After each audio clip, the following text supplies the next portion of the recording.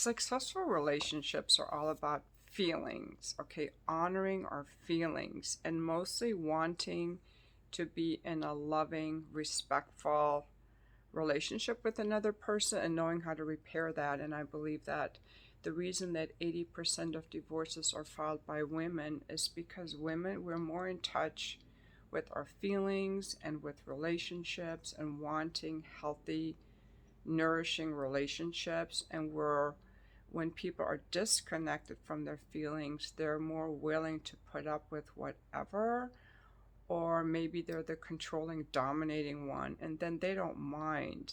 I think women in general are more connected to our feelings, not always. I'm generalizing. And so I think that this idea of I'm pretty certain this idea of feelings is new in this history of humankind. I mean, we always had feelings, but I think we either had to suppress them for in many societies, or we weren't encouraged to feel them, or we were struggling for survival. Look, if I'm homeless or if I'm in a tribe scrounging for food, I'm not going to be concerned about how I feel because I'm too worried about surviving. So feelings are a luxury that we in our society have, I think, and also people that are more spiritually connected to the earth. I would think like Aboriginal tribes would be more connected to nature and feelings, but I don't know. So one place where I think it's very sad that we are not encouraged to feel is through religion. And someone left a comment on my video about the divorces saying that, when you divorce your husband, you're breaking your promise to God. And that statement intrigued me because I do have a relationship what I is considered God for me and doing God's will. And when I filed for divorce, I really struggled with whether I should or not because I considered myself to be a good person for being married and being married that long, and that's what God wanted, and family life is good, and that was kind of more an ideology that required me to completely abandon my own self-care. And so in that time in my life, I was willing to go either way.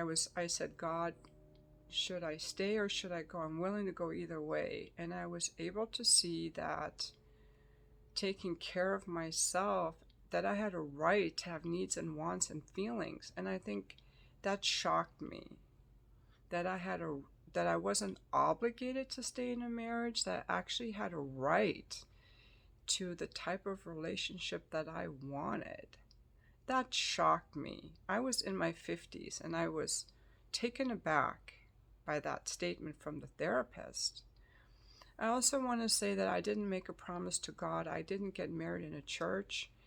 And I would also say that people have a right to change their minds. I'm a mother of 3, and if one of my kids were to come to me and say, Mom, I'm going to do this, and then later they change their mind, I would honor that decision.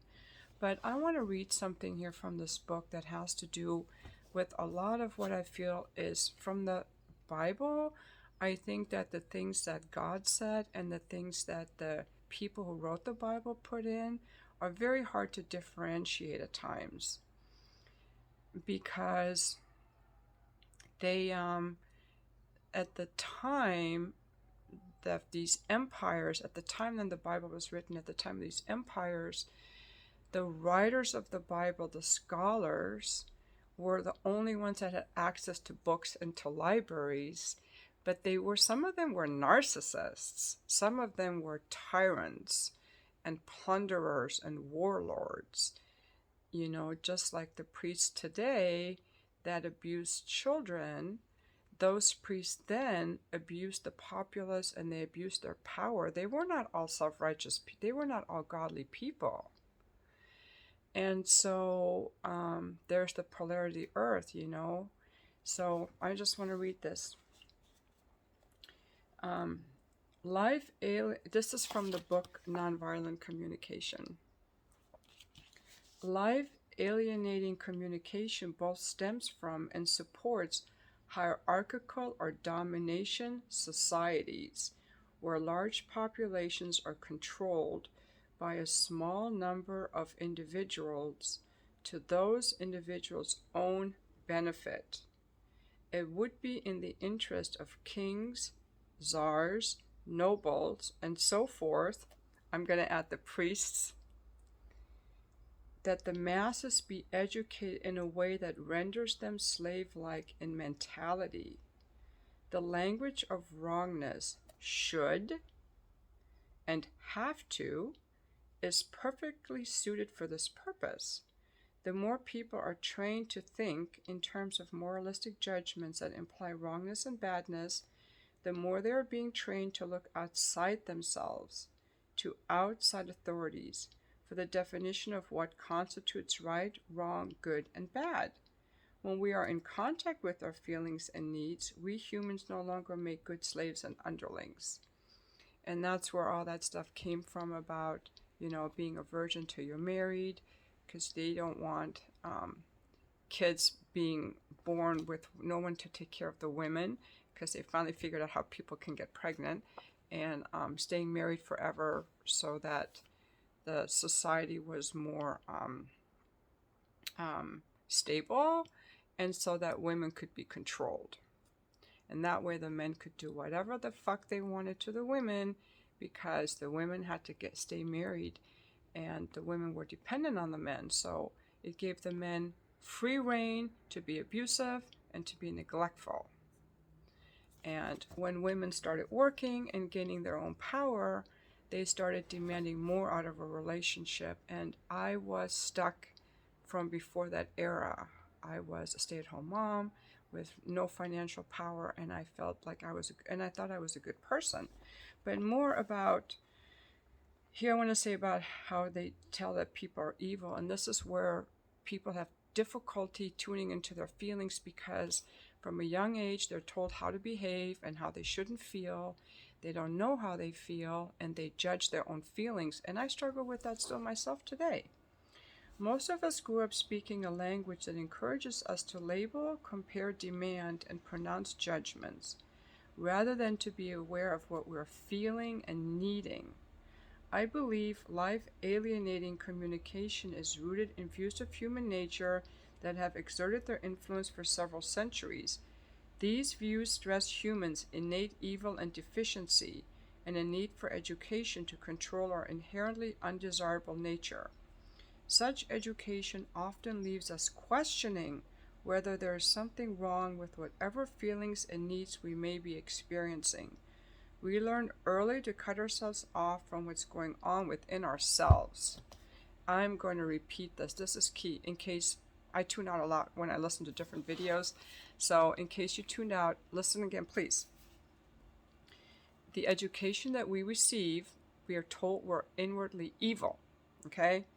And so we are innately evil and deficient, and that we have to learn to control our undesirable nature. This leaves us questioning whether there is something wrong with whatever feelings and needs we are experiencing. We question, what is wrong with me for feeling this way? I shouldn't feel this way. Push that away. I don't have any needs. Cut off from our feelings and our needs. Did you know you're allowed to have feelings and needs? You're supposed to have feelings and needs. Not judgments, labels, demands, comparisons, but feelings and needs. And we learn early to cut ourselves off from whatever is going on within ourselves. Now, when people are in touch with their feelings, they're not going around berating, labeling, judging, and yelling at you and abusing you. They're actually in touch with their feelings, and I'm just going to post up here a long list of feeling words. They're so long, I don't even want to read them all. You guys are going to get bored, because I got bored reading this. So, how we're likely to feel when our needs are being met. Look at all these words. When our needs are being met.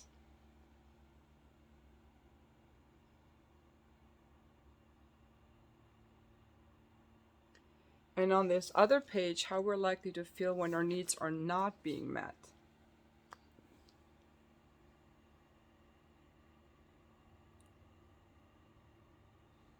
And there are more on the next page. I guess I'll just read a couple to you, because a lot of times people say, I feel good. Good is not a feeling. Or I feel like you're a jerk. That's not a feeling either. So a lot of times people don't even know what they're feeling because we talk in ways that really signify we have no idea what the fuck we're feeling. And for example, when your needs are being met, you may feel alive, aroused, blissful, breathless, glowing, inquisitive, joyful, mellow, thankful, surprised, radiant, proud, pleased, overjoyed, peaceful, moved, engrossed. Those are feeling words for when your needs are being met. Feeling words for when your needs are not being met. If you feel afraid, agitated, annoyed, bored, concerned, confused, disappointed, heavy, helpless, hurt, scared, shaky, passive, jittery, mournful, jealous, uptight, troubled, startled, shocked. Those are just some examples. And the more that once people can be aware of how they feel, they can communicate their feelings. So, for example, he gives examples in this book. If you say, I feel you don't love me, that's not a feeling, that's a thought or an opinion. If you say, I'm sad that you're leaving, that's a feeling. If you say, I'm happy that you can come, that's a feeling. If you say you're disgusting, that's not a feeling, that's an opinion. You could say, rather, I feel disgusted. Or instead of saying, I feel you don't love me, you could say, I'm sad, or I'm feeling anguished. Or I feel rejected when you come home and don't give me a hug. That's not a feeling. You could say, I feel lonely.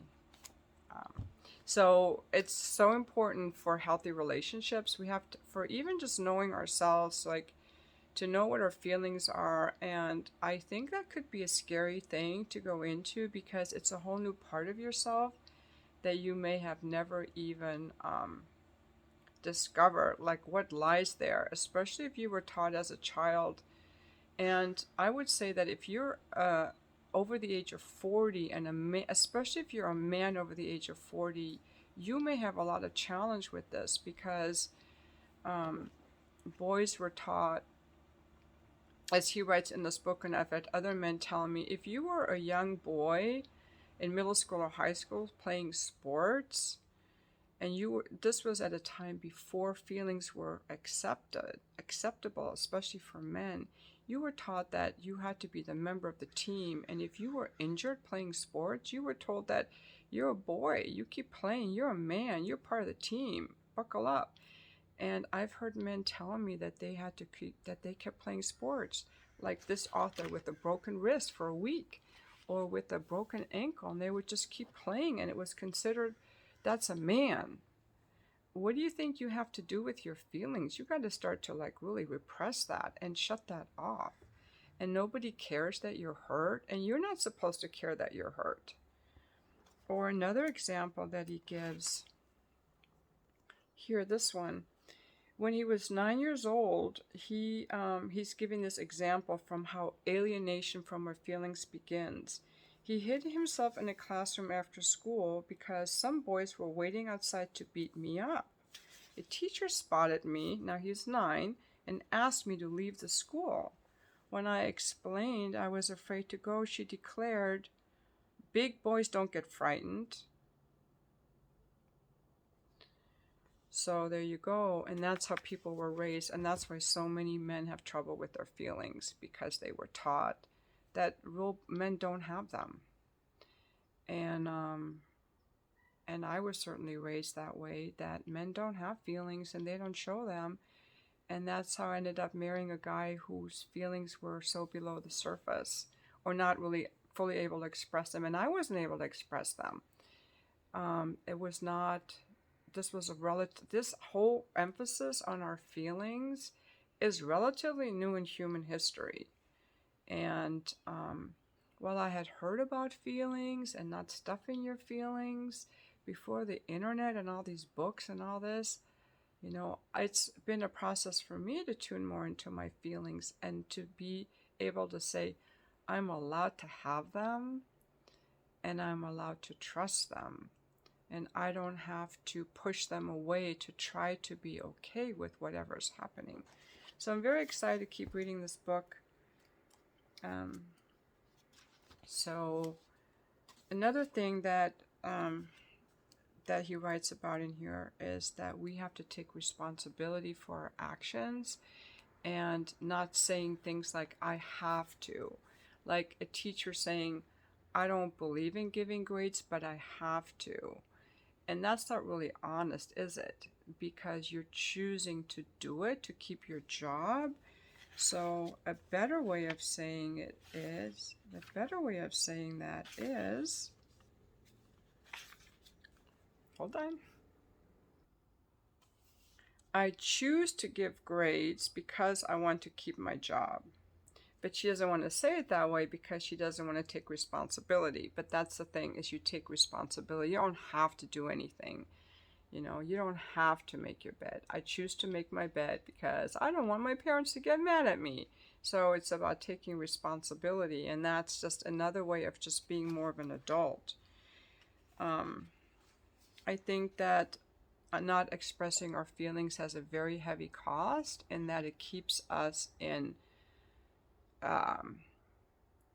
situations that aren't healthy for us, because our feelings are there to let us know what's good for us and what isn't, and to share that with other people. And without feelings, we're just cut off from our humanity, which is what I think all that celebrity idol worship is all about. And people who are very charismatic, they're not in touch with their feelings. They're just putting on a show. And that's not a relationship. That's why these celebrities can't keep their relationships. They're putting on a show, or they're wearing a mask. A lot of people are just wearing a mask, and because they're cut off from their feelings. And as he wrote, I went through 21 years of American schools and can't recall anyone in all that time ever asking me how I felt. Feelings were simply not considered important. What was valued was the right way to think, as defined by those who held positions of rank and authority. We are trained to be other-directed rather than to be in contact with ourselves. We're learned to be up in our head wondering, what is it that others think is right for me to say and do? So here's a little tip for you to get started, is how to identify your feelings. Your feelings are going to be in your body. There's sensations in your body. Your thoughts, beliefs, opinions, and judgments come up here. It's like the little voice in your head telling you, I don't like this, or this person, I don't like how this person looks, or I don't like what this person said. When you have those thoughts, or you can call it voices in your head or thoughts, those are opinions, beliefs, and judgments and thoughts. Your feelings will be in your body. There'll be a sensation in your body. Especially if you get triggered, start being aware when you're triggered, is where is that sensation in my body? What am I feeling? And when you're triggered, don't even do anything unless you're like life is in danger, is to tune in. What am I feeling? Tune into that, calm yourself down, and then respond in a way and see where your needs were maybe not being met, where you have to express what your needs are. Like your need for safety may not be being met. Your need for, that's a big one. Is my need for safety met in this situation? I myself have struggled with, when men text or email me that I don't know, I get often annoyed and irritated. And I realize now that my need for safety is not being met. When I don't know who you are and what you want, my need for safety isn't being met. So I feel afraid and I feel vulnerable. And so I would get kind of annoyed. And so I had to think about, okay, now that I know what need isn't being met, how can I make sure my need for safety is being met and communicate that in a kind way? And I don't get annoyed anymore because I tune into what is my need right now, and then I can communicate more from a kind place rather than not even knowing why I was so annoyed to begin with. So anyway, thank you for watching my video.